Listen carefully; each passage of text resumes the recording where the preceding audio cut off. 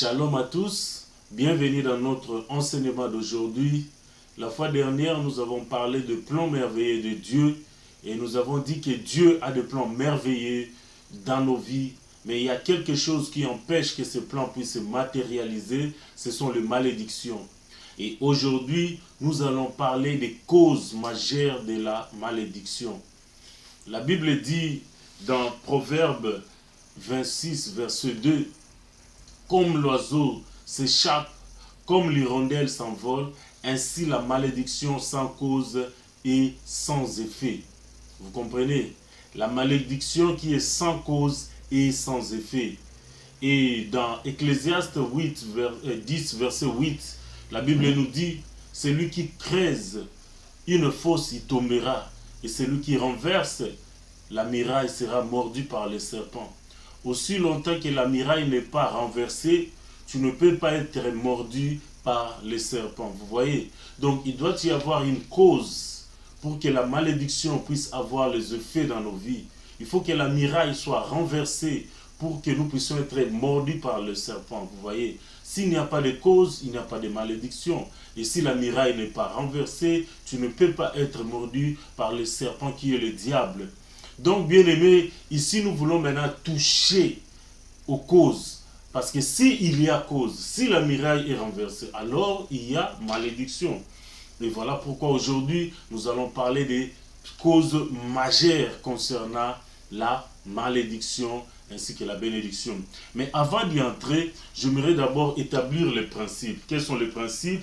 Nous allons lire dans Deutéronome 28 de 1 jusqu'à 2, la Bible nous dit ceci, que si tu écoutes la voix de Dieu et si tu mets en pratique ce qu'il te dit, tu verras la bénédiction, vous voyez.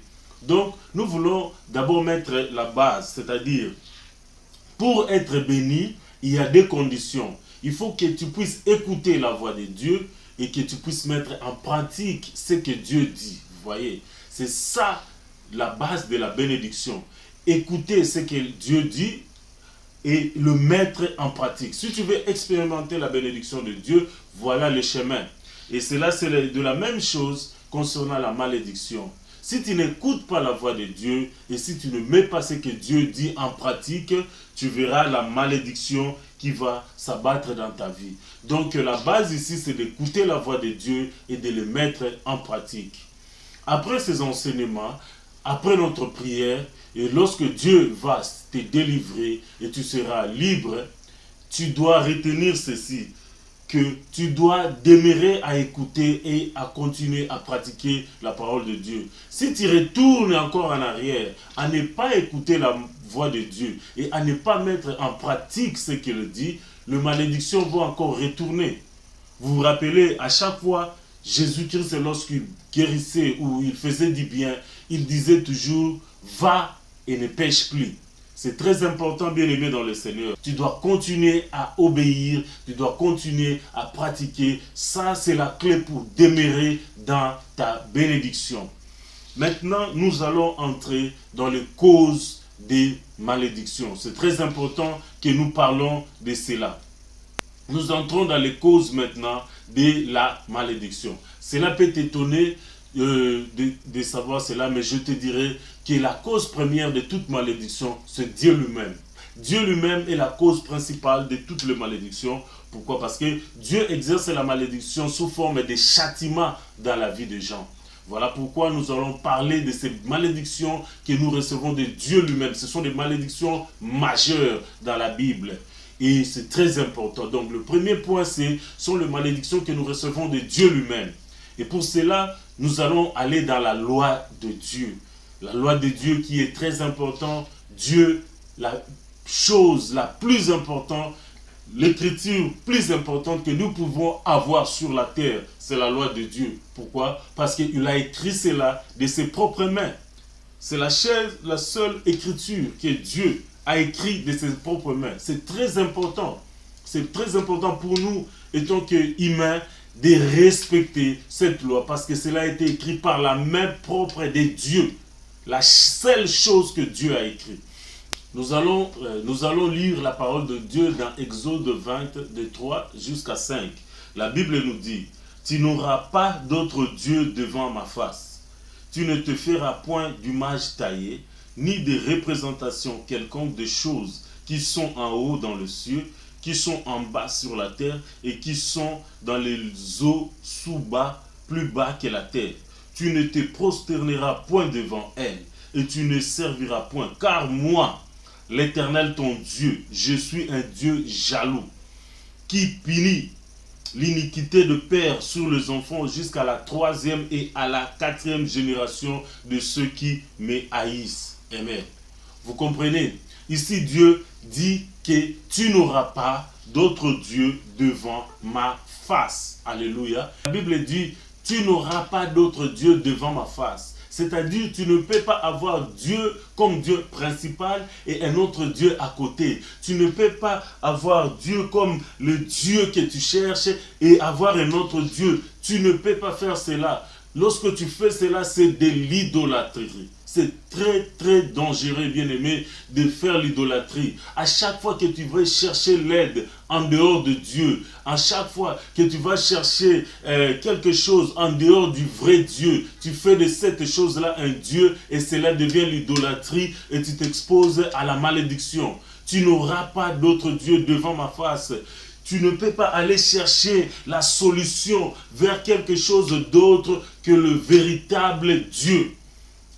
Tu ne peux pas chercher la promotion, les enfants où tu veux être béni. Tu ne peux pas aller chercher la bénédiction ou quoi que ce soit vers une autre source qui n'est pas le vrai Dieu. Dieu est la source de toutes choses. Et à chaque fois que nous allons chercher la solution vers quelque chose d'autre que Dieu, nous nous exposons à la malédiction.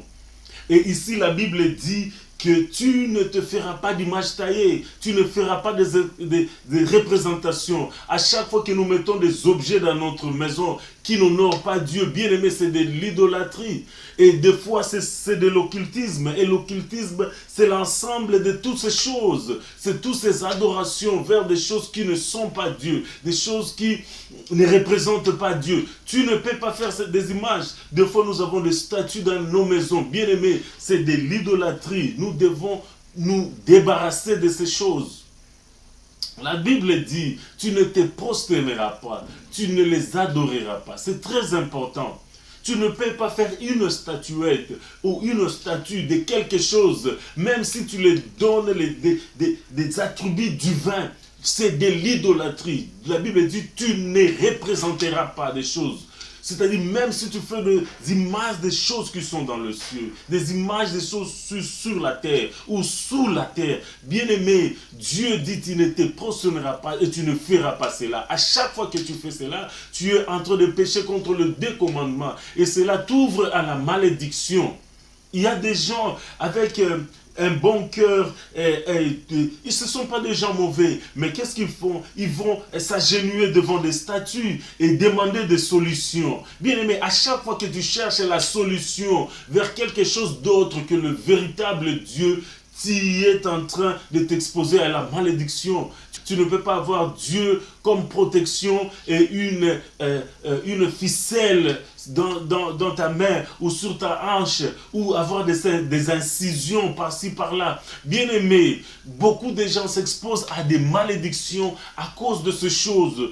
Tu n'auras pas d'autre Dieu devant ma face. Cela est impératif. Tu t'ouvres à la malédiction. Avoir d'autres dieux en dehors du véritable Dieu, cela ouvre la porte à la malédiction. Et Dieu ne blague pas avec ces choses. Nous voyons Dieu, bien-aimé, frapper des nations, frapper des rois. Lui, un roi, deux rois. Un chronique, deux chroniques. Tu verras comment Dieu ne blague pas avec ces choses. Tous ces rois qui allaient consulter d'autres divinités, tous ces rois qui étaient en train d'adorer d'autres dieux, Dieu a frappé, Dieu a éliminé, Dieu a même éradiqué. Tu verras des choses comme le péché de Roboam, en train d'amener tout le peuple à adorer des idoles. Bien-aimé, Dieu punit jusqu'à la 3e, à la 4e génération. Bien-aimé, ceci est très important. Tu n'auras point d'autre Dieu devant ma face. Beaucoup de familles sont détruites à cause de cela. Si tu regardes peut-être dans ta famille, 3 générations avant ou 4 générations avant, nos ancêtres, tu te rendras compte que beaucoup de ces gens n'ont pas adoré le véritable Dieu. Ils ont cherché des solutions dans d'autres sources qui ne sont pas Dieu. Ils nous ont laissé des choses qui sont contraires au véritable Dieu. Et toutes ces choses dans nos vies, ce sont des malédictions. Toutes ces choses dans nos vies, ce sont des punitions de Dieu qui sont en train de nous suivre de génération en génération. Lorsque tu t'exposes à la malédiction, il y a des choses qui se passent. Premièrement, Dieu va te frapper parce qu'il y a déjà la cause. Deuxièmement, tu as brisé la muraille et le serpent va te mordre. Qui est le diable? Le diable n'est pas ton ami. La Bible dit le diable c'est ton adversaire. Vous comprenez? C'est lui qui te combat. C'est lui qui cherche à tout prix pour te renverser. Il te combat nuit et jour. Il ne se fatigue pas. Il ne s'arrête pas. Il est là pour te combattre. Il n'attend que lorsque tu vas ouvrir la porte, lorsque tu donnes accès au diable et il va te frapper. Lorsque tu cherches la solution vers quelque chose d'autre, tu t'exposes à la malédiction et tu ouvres la porte pour que le serpent te frappe. Alléluia. Bien-aimé, c'est très important de comprendre qu'à chaque fois que tu cherches la solution en dehors de Dieu, lorsque tu consultes, tu vas dans l'occultisme, non seulement tu attires la malédiction vers toi, et en plus de cela, le diable a l'occasion pour frapper ta vie. Alléluia. Tu n'auras pas d'être Dieu devant ma face, tu ne les serviras pas, tu ne te prosterneras pas. Ceci concerne l'idolâtrie et l'occultisme. L'occultisme dans toutes ses formes, l'occultisme dans toute sa manière, les Ouija, les sectes occultes, tout cela amène la malédiction dans ta vie. Tu dois te libérer de ces choses. Alléluia. Et ceci est le premier des causes majeures de la malédiction dans la vie des gens. Nous entrons maintenant au second point. Cela concerne la loi de Dieu. À chaque fois que nous brisons la loi de Dieu, nous nous exposons à la malédiction. Et nous allons lire dans Deutéronome 27 à partir du verset 15 au 22. Ici, le peuple d'Israël, lorsqu'ils sont entrés à Canaan, ils ont prononcé 12 malédictions qui devaient se passer dans leur vie lorsqu'ils étaient désobéissants à la loi de Dieu. Alors, je vais regrouper cela en 6 et nous allons parler de cela rapidement. Premièrement, c'était l'idolâtrie que nous avons déjà touché au premier point concernant Dieu lui-même. Deuxièmement, c'est le respect envers le parent qui est attaché à une bénédiction. La Bible dit, honore ton père et ta mère afin que tes jours soient heureux sur la terre. Et dans Éphésiens 6, la Bible nous parle de cela. Lorsque nous n'honorons pas nos parents, cela est une porte pour que la malédiction puisse nous atteindre. C'est très important de respecter tes parents. C'est très important d'honorer tes parents parce qu'il y a une bénédiction qui s'attache à cela. Le troisième point, c'est l'injustice envers le voisin. C'est très important, bien aimé, lorsque nous vivons, d'être en bon communion avec nos voisins. Ne rends pas le mal pour le mal. Il dit, celui qui rend le mal pour le bien, le mal ne quittera pas sa tente. Si tu veux expérimenter la paix de Dieu, sois en paix avec tout le monde. C'est très important. Au point 4, la Bible parle de l'injustice envers le faible et les gens sans défense. C'est très important. Dieu est le défenseur de faibles. Et ici, la Bible parle du veuve, de l'orphelin et de l'étranger. Dieu est le Dieu des étrangers. Il est le père des orphelins, des maris de veuves. Il est celui qui défend la cause de faibles. Et à chaque fois que tu es injuste envers ces personnes, tu t'exposes à la malédiction de Dieu. Et parmi les gens vraiment sans défense, je donnerai l'exemple d'un bébé dans le ventre de sa mère. C'est une personne vraiment sans défense. Et je suis convaincu que chaque avortement, c'est une porte ouverte à la malédiction. Parce que l'avortement, c'est un sacrifice vers le diable. Et à chaque fois que quelqu'un commet l'avortement, il s'expose à la malédiction, bien aimé dans le Seigneur. C'est très important. Le point qui suit, ce sont les relations sexuelles illicites, illégales ou anormales. J'aimerais m'attarder ici parce que c'est un point très important. Laisse-moi te dire, la seule couverture que nous avons dans les relations sexuelles, c'est le mariage. Et toute relation sexuelle avec une personne d'autre qui est ton partenaire de mariage est une porte ouverte à la malédiction. Non seulement tu t'exposes au diable de te frapper, mais tu entres en communion avec des malédictions venant de cette autre personne. Parce que la Bible dit, les deux vont devenir un seul chair. C'est-à-dire, il y a un transfert qui se fait de malédiction. Non pas seulement le diable a une porte de te frapper, mais il y a un transfert de malédiction de la part de cette personne vers ta vie. Laisse-moi te dire, ça c'est une porte très dangereuse et la vie de beaucoup de gens sont détruites à partir de ceci. Et la liste est longue. Si tu lis dans Lévitique 18, à partir du verset 16, tu verras Dieu a énuméré toutes ces relations. Relations avec ses proches parents, relations avec les gens de la propre famille, l'inceste. C'est une malédiction, une abomination. C'est une porte ouverte à la malédiction dans la vie des gens. Bien-aimé, c'est très important que tu comprennes cela. Toute relation sexuelle illicite, c'est une porte ouverte à la malédiction dans ta vie.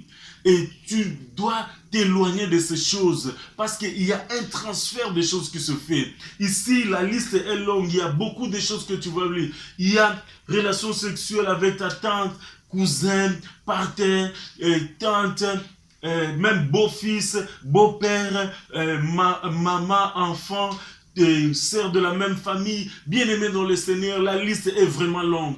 La Bible nous parle même de l'homosexualité. C'est un péché, c'est une abomination. Et Dieu a éradiqué des nations à cause de ce péché. Dieu a effacé Sodome et Gomorrhe. Dieu n'a pas changé. Ce n'est pas parce qu'on est au XXe siècle, maintenant l'homosexualité n'est plus un péché. Non, toute relation homme-homme, femme et femme, bien-aimé, c'est une abomination devant le Seigneur. Et c'est une porte à, non pas seulement le diable, mais à la malédiction, bien-aimé, dans le Seigneur. Toutes ces choses, même la pornographie elle-même, c'est une porte ouverte vers une malédiction. Parce que lorsque quelqu'un entre dans la pornographie, ou l'ouvre une porte à quoi? Au démon de lui posséder. Parce qu'il y a le péché de la masturbation qui va entrer, il y a l'impudicité qui va entrer, et il y a tous ces genres de choses. La prostitution aussi arrive. Lorsque tu t'entres dans la pornographie, premièrement, tu ouvres une porte au diable de te frapper. Et ceci bloque la vie de quelqu'un spirituellement. Tu verras qu'une personne qui est livrée dans la pornographie, il ne avancera pas dans sa vie. Le progrès sera très difficile dans sa vie. Et qu'est-ce qu'il y aura? La communion aussi avec Dieu va s'affaiblir. La communion avec Dieu va être brisée. Et cela va amener beaucoup d'autres péchés dans ta vie. La meilleure manière, bien-aimé, tu dois t'abstenir de ces choses. Ces relations sexuelles illicites et anormales. Bien-aimé, c'est une porte ouverte, non pas seulement à la malédiction venant vers Dieu, et aussi au diable de te frapper. Je le répète, le diable n'est pas ton ami. Au 6e point, c'est le meurtre ou recevoir de l'argent pour tuer quelqu'un. Bien-aimé, ceci est un porte à la malédiction. La parole de Dieu dit, tu ne tueras point, tu ne commettras point de meurtre, que ce soit volontaire ou involontaire, que tu reçois de l'argent pour tuer. Bien-aimé, le sang de cette personne est sur ta tête, tu n'auras pas la paix, tu ne dormiras pas la nuit, parce que le Saint-Esprit va te hanter, alléluia, et les démons vont aussi hanter ta vie. Tu ne tueras point. Tu ne recevras pas l'argent pour tuer quelqu'un. C'est une porte à la malédiction. C'est une porte à des démons, à des possessions démoniaques. C'est une porte à être frappé par les diables. Bien-aimé, péché contre la loi de Dieu t'ouvre à la malédiction dans ta vie. Alléluia. Le point qui suit, bien-aimé, ce sont les appelés de Dieu. Dans Genèse 12, au verset 3, la Bible dit, « Je bénirai ceux qui te béniront et je maudirai ceux qui te maudiront. » Alléluia. Ici, c'est la parole qui a été donnée à Abraham lorsque Dieu l'avait appelé. Et je te dirais, quand Dieu choisit quelqu'un, lorsque Dieu choisit une personne pour être bénie, cette personne devient la cible de toutes les forces sataniques malvoyantes. Et voilà pourquoi Dieu a mis maintenant une protection. Il dit, si quelqu'un te maudit, il est maudit. Alléluia. Non pas par un homme, mais par Dieu. Et tu verras que ceci s'est manifesté dans la vie d'Abraham, et ceci est descendu dans la vie d'Isaac et dans la vie de Jacob. Toute personne qui allait maudire Abraham, ou maudire Isaac, maudire Jacob, était automatiquement maudit par Dieu. Dieu frappait des nations à cause de ces gens qu'il a appelés. Parce que ces gens que Dieu appelle, lorsque Dieu t'appelle, tu deviens la cible de Satan. Satan va te tourmenter, les gens malvoyants nuit et jour. Voilà pourquoi Dieu a mis cette protection, cette barrière-là de protection. Si quelqu'un te maudit, il est maudit automatiquement, pas par toi, mais par Dieu. Et tu verras que cette malédiction, lorsque Dieu a donné à Abraham, à Isaac et à Jacob est devenu qui? Est devenu Israël. Et le péché des gens qui commettent aujourd'hui contre Israël, c'est ce qu'on appelle l'antisémie. Il y a beaucoup de nations, beaucoup de gens qui sont maudits à cause de maudire Israël. À chaque fois que tu maudis Israël, à chaque fois que tu cherches du mal vers Israël, tu es maudit par Dieu. Ce n'est pas un homme qui va se charger de toi, mais c'est Dieu lui-même. Maudire celui que Dieu a béni, c'est s'attirer la malédiction de Dieu dans ta vie. Alléluia. Le point qui va suivre, c'est la dépendance à la chair plutôt qu'à la grâce de Dieu. Jérémie 17, 5 à 6. La Bible dit ainsi: maudit soit l'homme qui se confie dans l'homme, qui prend la chair pour son appui et qui détourne son cœur de l'Éternel. Il est comme un misérable dans le désert. Il ne voit point arriver le bonheur. Il habite le lieu brûlé du désert, intersalé et sans habitants. Alléluia. Bien-aimé, juste en lisant le verset 6, cela te montre et te donne une très bonne description d'une personne qui est sous la malédiction. C'est-à-dire, les bénédictions sont partout aux alentours, mais toi, tu es une terre qui est salée. La pluie tombe par-ci par-là, mais sur toi, c'est le désert. Alléluia. Ça, ce sont les causes, c'est la description d'une personne qui est sous la malédiction. Et quelle est la cause de cette malédiction? C'est mettre sa confiance dans l'homme, s'appuyer dans la chair. Alléluia. Vous voyez? Et la Bible dit, dont le cœur s'est éloigné, s'est détourné de Dieu. C'est-à-dire, voilà un homme qui a bénéficié de la grâce de Dieu, qui a vécu la grâce de Dieu, mais il sait maintenant quoi? Détourner de cela. Alléluia. Et c'est ce que nous voyons dans la plupart des gens. Ils commencent avec Dieu, mais maintenant ils finissent par la chair. Qui t'a ensorcelé? Tu as commencé bien par l'esprit. Maintenant, tu veux finir par la chair. C'est ce que nous voyons même dans tous les réveils du monde. Chaque réveil commence toujours par quoi? Par un mouvement de l'esprit, par une force du Saint-Esprit. Et le mouvement commence. Sinon, il n'y aura pas de réveil. Tout réveil commence par un mouvement de l'esprit. Mais avec le temps, qu'est-ce qui se passe? Les gens oublient qu'ils ont commencé avec Dieu. Ils commencent à se fier sur la chair. Et c'est ça le problème même de l'église aujourd'hui. Ils ont bien commencé par l'esprit. Maintenant, ils commencent à abandonner l'esprit petit à petit. Alléluia. Ils tombent vers Jérémie 17, 5 à 6. Maudit soit l'homme qui se confie à l'homme. Maudit soit celui qui prend la chair pour son appui. Dieu, bien-aimé, est la source de toutes nos bénédictions. Alléluia. Le point qui suit, bien-aimé, c'est le problème du donner, l'avarice ou la pingrerie. Vous voyez? Et nous lisons cela dans Malachie 3, de 8 jusqu'à 10. La Bible dit, vous êtes frappés de la malédiction. Pourquoi? Parce que vous m'avez trompé dans les offrandes et dans la dîme. C'est très important, bien aimé dans le Seigneur. La plupart des gens, nous disons, nous sommes dans le Nouveau Testament, nous ne sommes pas dans la loi, mais nous sommes dans la grâce. Je te suggère donc, je pense qu'avec la grâce, quelqu'un devait être plus généreux que la loi. La Bible dit, nous avons une alliance qui est meilleure. Nous sommes établis dans des promesses qui sont meilleures.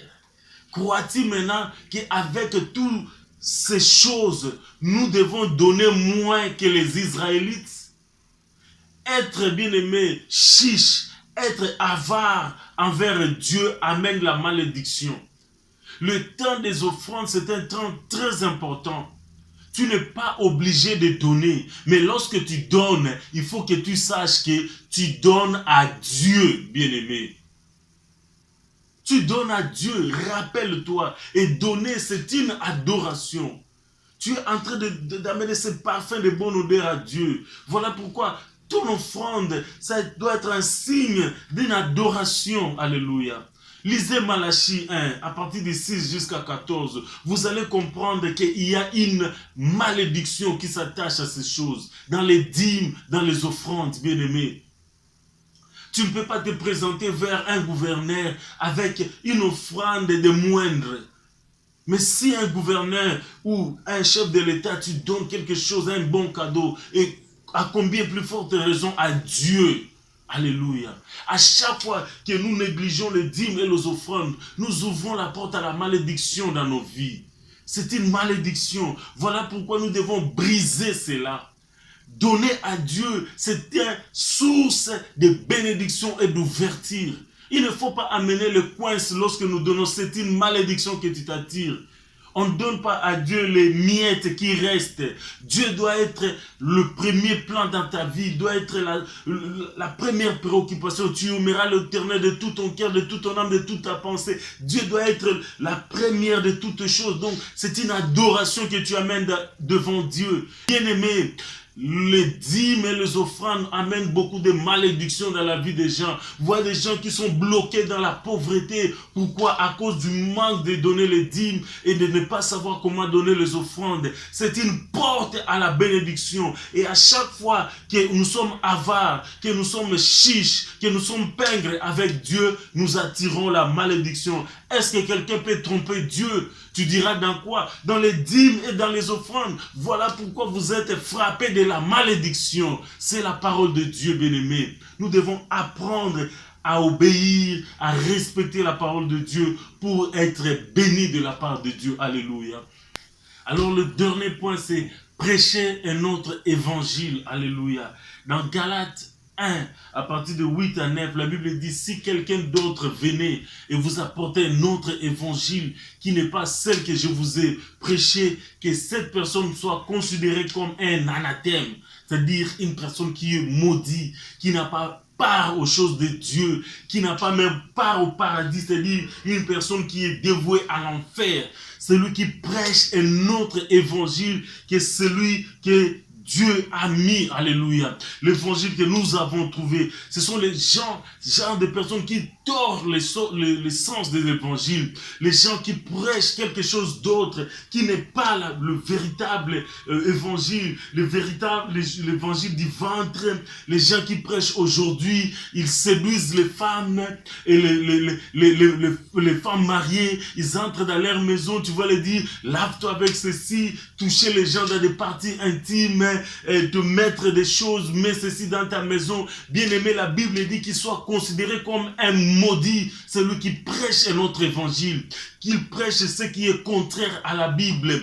Tout est ici, bien-aimé. Les apôtres ont mis la base de l'évangile. C'est lui qui amène notre évangile, l'évangile du ventre, l'évangile qui n'honore pas Dieu, qui amène ceci et cela dans les choses de Dieu. Ce sont des malédictions. Alléluia. Ce sont des malédictions. Et aujourd'hui, nous voyons beaucoup de ces choses. Il y a des messages qui n'ont pas de fondement biblique. Des gens qui prêchent des choses pour leur propre avantage. Les gens qui prêchent des choses pour détourner les gens. Il y a même de ces serviteurs du diable qui se sont infiltrés pour amener beaucoup de gens dans la perdition. Vous verrez des gens qui prêchent les gens à s'agenouiller devant des statues, à s'agenouiller devant des gens et à adorer de n'importe quelque chose. Bien-aimé, c'est une malédiction. Alléluia. Maintenant, bien-aimé, considère Jérémie 17, considère Galates 1, considère Malachie 3, alléluia. Lorsque tu vois toutes ces choses, bien-aimé, qu'est-ce que nous devons faire? Est-ce que tu sais ce que nous devons faire? Frère, ma soeur, nous devons nous repentir. Nous devons changer notre façon de faire, alléluia. Nous devons nous repentir. Tu sais ce qu'est la foi? La foi, c'est prendre Dieu au sérieux. Prends Dieu au sérieux dans ta vie et tu verras sa bénédiction et tu verras sa grâce. Nous devons prendre Dieu au sérieux. Alléluia. Nous devons arrêter de se confier à la chair. Nous devons arrêter d'être chiches devant Dieu. Nous devons arrêter de prêcher cet autre évangile qui n'est pas ce que les apôtres ont prêché. Alléluia. Bien-aimés, nous devons nous repentir de ces choses et changer notre façon de faire. Tu dois prendre Dieu au sérieux dans ta vie. Je parlais des causes majeures qui nous émanent de Dieu lui-même. L'idolâtrie, l'occultisme, qui vient de la loi de Dieu. J'ai donné les 5 points. La dépendance à la chair. Les problèmes d'y donner et prêcher notre évangile. Alléluia. Sans cause, il n'y a pas de malédiction. Mais avec la cause, tu t'ouvres à la malédiction. Tu ouvres la colère de Dieu dans ta vie et la porte à l'ennemi, le serpent, de te frapper. Aujourd'hui, revenons à Dieu. Il reviendra vers nous. Repentons-nous, changeons notre manière de vivre. Que la grâce de Dieu soit sur toi. Que la faveur de Dieu soit sur toi, toi qui m'as écouté. Repentons-nous et que Dieu nous pardonne. Au nom de Jésus. Amen. Que Dieu te bénisse, mon frère et ma soeur qui m'a suivi aujourd'hui. Ne manque pas le prochain épisode de notre série. Abonne-toi aussi dans notre chaîne pour recevoir encore la suite de ces enseignements et être béni de la part de Dieu. Sois béni, toi qui nous as suivis. À bientôt.